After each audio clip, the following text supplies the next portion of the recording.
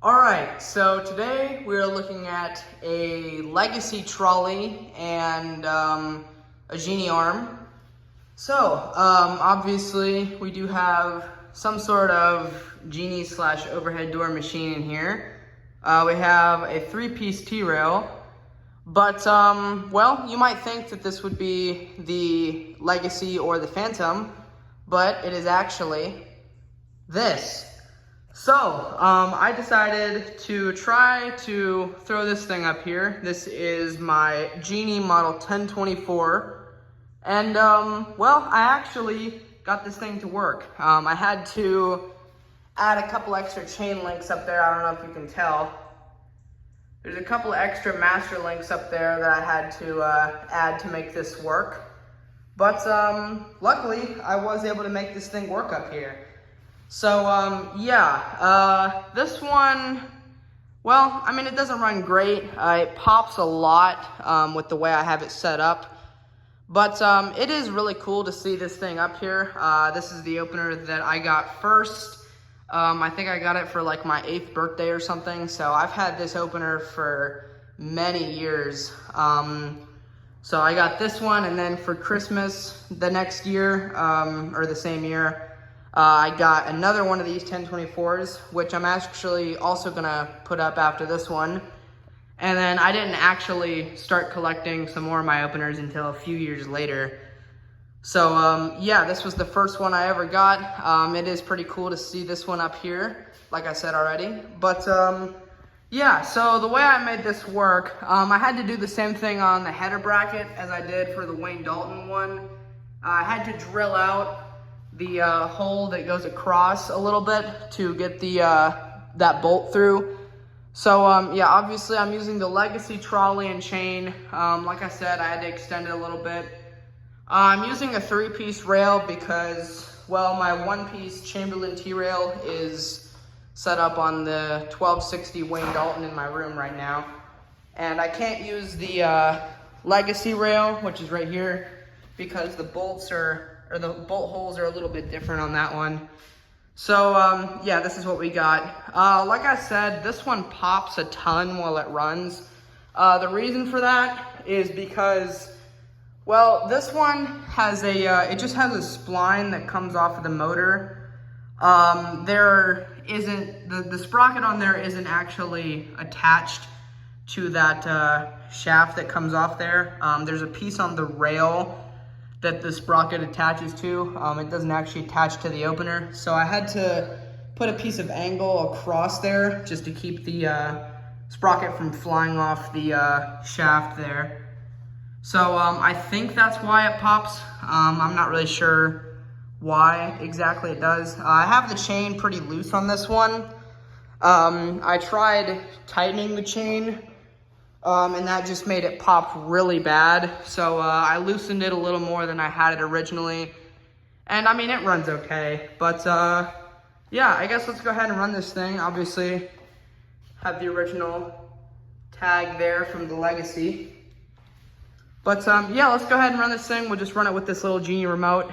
And here we go.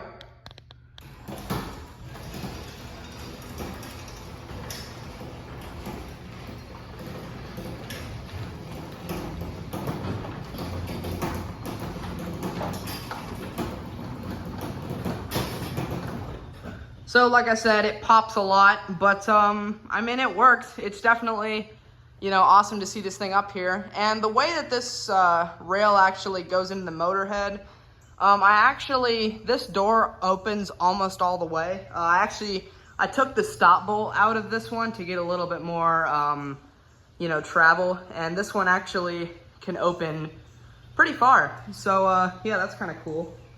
But anyway, we'll go ahead and run this thing back down. It mainly pops on the way up, but it does a little on the way down.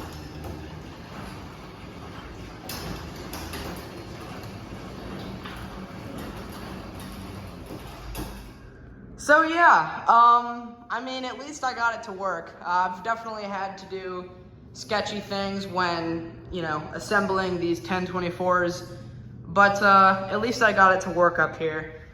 So yeah, like I said, the chain is a little bit looser than I usually would have it, but otherwise it was, you know, popping a lot more than it does right now. So yeah, let's go ahead and give this another run. We'll give a top view of it from up here. It is a little bit crooked, but I don't care. Go ahead and run this again.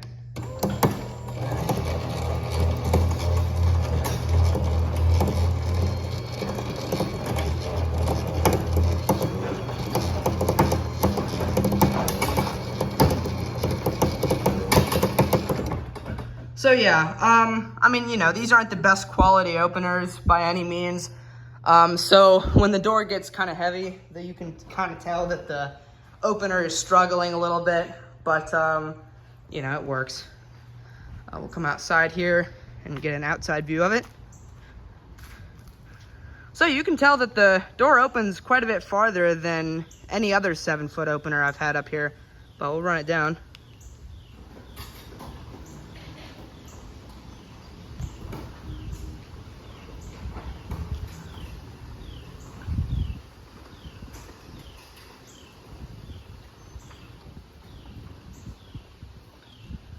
So yeah, and we'll run it back up again. So it does have soft start, soft stop. It's not the greatest on this one. It doesn't really soft stop that much. Like you can tell, the soft stop on it isn't, you know, the best, but it does work. So yeah, we'll get a sensor and force test on it. We'll start with the sensors here. I just have my Genie sensors mounted up here as always. I think I saw somewhere that you can actually use these openers on Chamberlain sensors, but I have the sensors up here, so we'll just do a sensor check. So we'll move these out. And the light on the opener blinks. That doesn't sound good.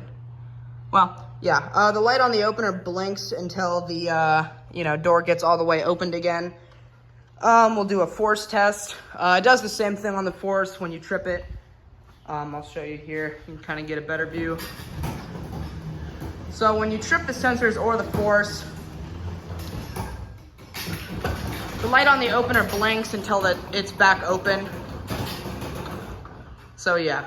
On the up force, it doesn't do anything when you trip it. It just stops. The lights don't do anything. They just stay on. And then you can close it back down, but we'll go ahead and get a top view of it going down. Also, the force on this one, actually, it doesn't need to be turned up that much. Even for a big heavy door like this, I don't know, I guess the force isn't very responsive because it doesn't need to be turned up that much at all. But we'll run this back down.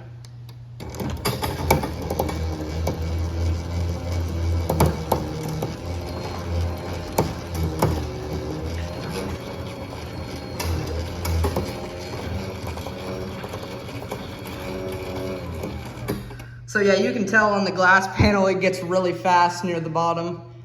But yeah, so there's the date sticker there. It was made, I can't tell if that's a 5 or an 8 from where I'm standing. But I do remember it was made in 2012.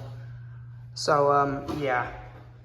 We'll get a quick run of this one without the door. Like I said, legacy trolley. So we'll pull it like that. And then we'll go ahead and run this one without the door.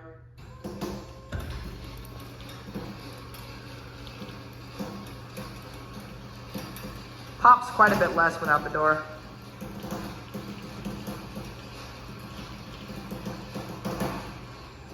It still does pop quite a bit though. We'll go ahead and pull that back and we'll run it back down.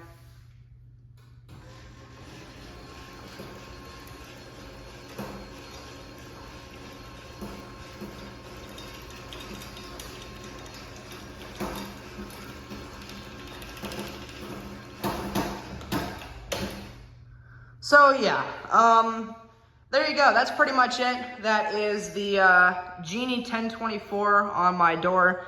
Also, I was originally going to use this piece of chain to extend it, but that made it way too long. You know, there was a lot less space that needed to be added on, or a lot less chain links that needed to be added on than I remembered from trying to do this the last time.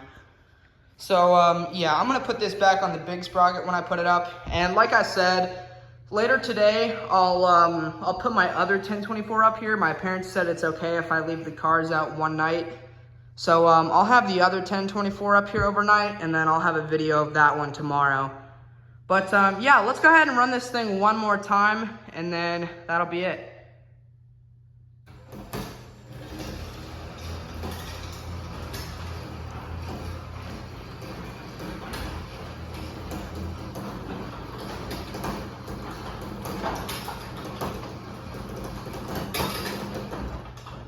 We'll go ahead and run it back down. I guess we'll get a view from this side. All right, we'll run it back down, and that'll be it. Well, come on. There it is.